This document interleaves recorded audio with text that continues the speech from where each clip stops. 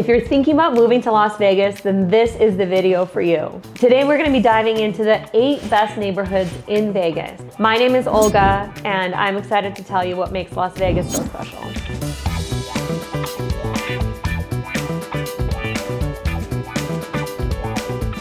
Coming in at number 1, and I don't think this is gonna be a surprise to anyone, is the Las Vegas Strip. I personally love the Strip. I live here. I spend a lot of my time enjoying all of the amazing attractions that the Strip has to offer. The Las Vegas Strip is the epicenter of entertainment with world-class restaurants, mega clubs, themed hotels, and big entertainment venues like the new MSG Sphere. The Las Vegas Strip is the most epic place to visit and party. So with all of that entertainment and partying and luxury, you're probably wondering, what does it actually cost to live on the Las Vegas Strip? Well, don't worry, I got some facts and numbers for you. When it comes to living on the Strip, there are several options. You could live right on the Las Vegas Strip in high-rises like Veer and Waldorf Astoria, but that's gonna cost you a pretty penny. But there's some other options that are within minutes of the Las Vegas Strip. Places that will run you about $1,000 for a studio, $1,100 for a 1-bedroom, $1,600 for a 2-bedroom, and just under $1,800 for a 3-bedroom. Most of those are mid-rise condos. Now, if you're looking to live in a high-rise, then you can get a 2-bedroom for just under $3,000. Some high-rise condos that are around the Strip include Panorama Towers, which is where I live, and I love it. It's just right across from Cosmopolitan and Aria. The Martin, which is right next door, Sky, and many others. When it comes to food, the Las Vegas Strip has some of the best restaurants in the entire world. There are celebrity chef-owned restaurants on every corner and in every casino. Everyone from Bobby Flay to Jose Andres, Guy Fieri, you name it. And some of them are even open 24 hours a day. One of the big reasons that a lot of people are moving to Las Vegas is we don't have state income tax. There are a lot of Californians moving to Las Vegas. I mean, when I walk around the parking garage inside my condo, I see California plates everywhere, and some of the cars look like they have not been moved for months, and some even years. Las Vegas is significantly more affordable than cities like New York and LA, while offering the same, if not more, in terms of dining and entertainment. Another great thing about living on the Strip is the epic views. People pay helicopters to tour them around all around the Las Vegas Strip, and I can just see the whole city from my window. If you want to get an even more epic view of the Las Vegas Strip, you can check out the High Roller, which is the biggest observation wheel in all of the US. The Stratosphere Hotel is the biggest observation tower in the United States. Another unique option that you have if you want to be a part-time resident is Condotels. I recently toured a unit in the Palms Place, and it was absolutely epic. Basically, the premise of a Condotel is they will rent out your condo for you through the hotel front desk. So anytime you're not in Las Vegas and you're traveling or spending time in your primary residence, they will rent it out for you and they will take care of you, and you still get the service that you would get if you were checking into a Las Vegas hotel. And now we have sports here, from the Raiders to the Golden Knights. There is no shortage of fun sport activities to do, and you could walk to the stadiums from the Strip. One of the best parts about the Las Vegas Strip, and something that I think is super underrated, is the proximity of the Vegas airport. It's about a 10-minute drive. It's also one of the few airports in the entire US where you can get a direct flight to almost any city, as well as internationally. Now, I know I went off about the Strip, and some of you might think that this is the only neighborhood in Las Vegas, but that's not true, and it's time to move on to number 2, which is Summerlin.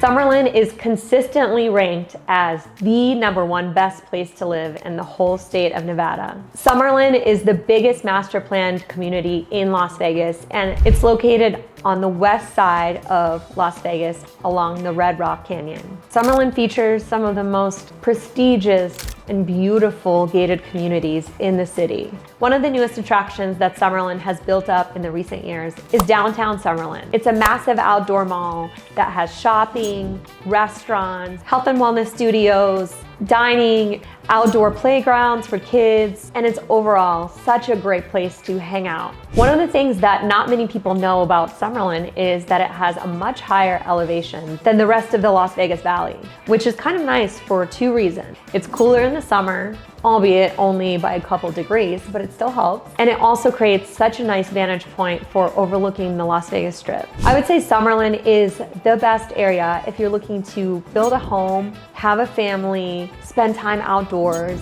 and have space. To give you an example of what you can get in Summerlin, here's an example of a new construction that's a 4-bed, 4-bath, over 2,800 square feet. That's about 1.1 million. If you're looking for new builds, Summerlin is for sure my #1 recommendation for that. From builders like Lennar, KB Homes, and Beazer, there's just so many options to choose from. The median sale price of homes is clocking in a little bit higher in Summerlin at $600,000. Summerlin is also a really great place for golf. There are over 10 golf courses around Summerlin, some public and some private. And if you're an outdoorsy person, Summerlin offers so many places for you to go enjoy outdoor activities, and some of the best hikes are around the Red Rock Canyon. Now, Summerlin is great, and that's why I put it at #2. But there is another neighborhood in Vegas that gives Summerlin a run for its money, and that's Henderson, which comes in at #3.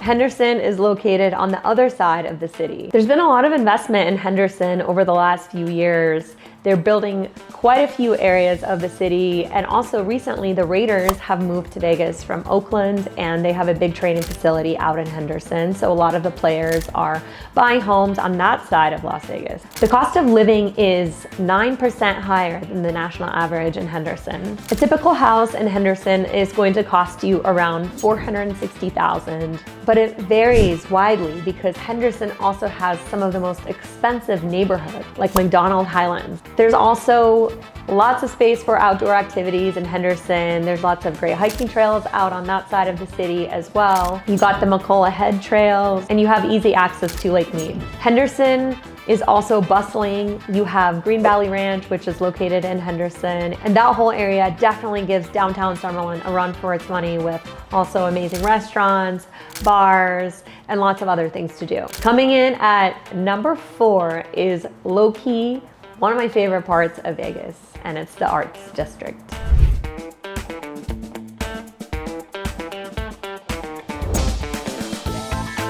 Located just a mile from downtown and Fremont Street, the Arts District is low-key the hip place to be. And I like to think of myself as pretty hip.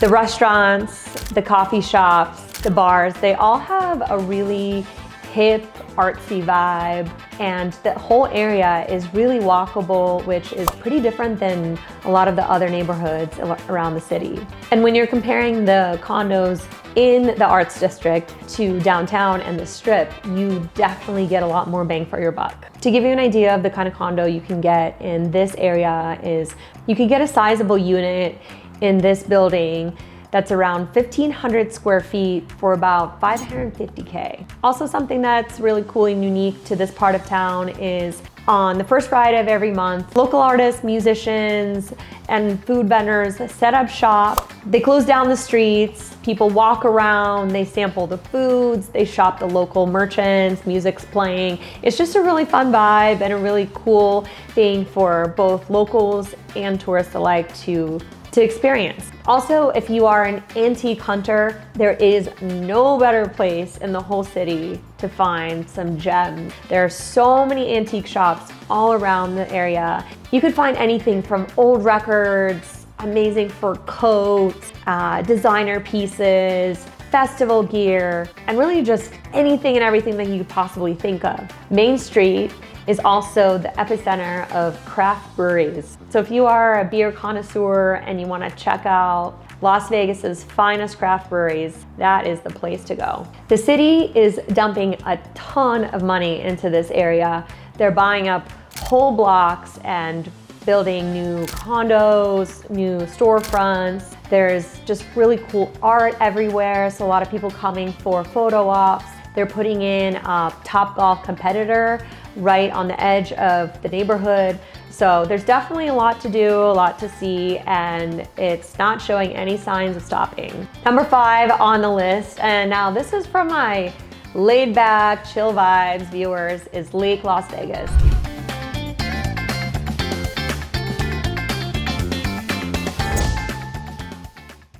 Lake Las Vegas is a beautiful master plan community that's located on the edge of Henderson, about 30 minutes from the Strip. When you go out to Lake Las Vegas, it feels like you are living the resort life. There's golf courses, there's a lake, there's restaurants. You can't help but feel like you are on vacation when you're in Lake Las Vegas. A big draw to Lake Las Vegas is its plethora of golf courses. There's also 10 miles of shoreline, which is pretty incredible when you're living in the desert. Lake Las Vegas does tend to be a little bit more expensive when it comes to living. To give you an example, on the low end, you can get a single family home that's around 1,200 square foot, 2-bed, 2-bath, starting at $430K. And on the higher end, they have homes that are over $3 million. Oftentimes, those homes are located right on the lake, tons of square footage, beautiful views, and lots of outdoor space.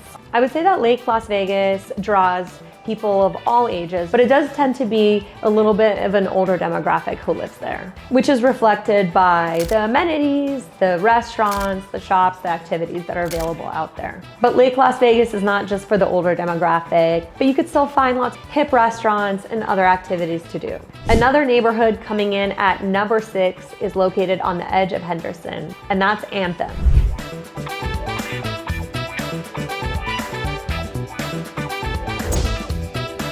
In Anthem, you could find a lot of single-family homes, modern condos, and guard-gated neighborhoods. Anthem is a little bit more affordable than Lake Las Vegas as some of the other parts of the valley. To give you an example, you can get a 1,500 square foot single-family home for around $400,000. Anthem is like its own little encapsulated community. On 4th of July, they have their own fireworks show and their own celebration.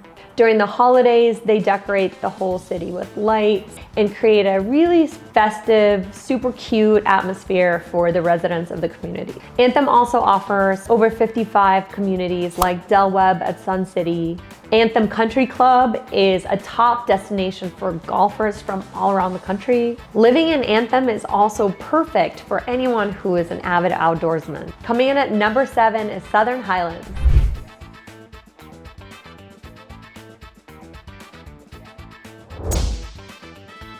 Southern Highlands is probably one of the best communities to live a suburban life, but still have really easy access to the Strip and the airport. Southern Highlands is sandwiched between the 15 freeway and the mountain, so there's not a ton of space for the community to grow, but it's a really great place to live a suburban lifestyle while having super easy access to the Strip, the airport, and other parts of Vegas. You can probably get from Southern Highlands to the Bellagio in about 15 minutes because of the easy access onto the 15 freeway. Southern Highlands is also a great place for golf, and they're also starting to get their fair share of nice restaurants out there. Last but not least on the list is number 8, Section 10.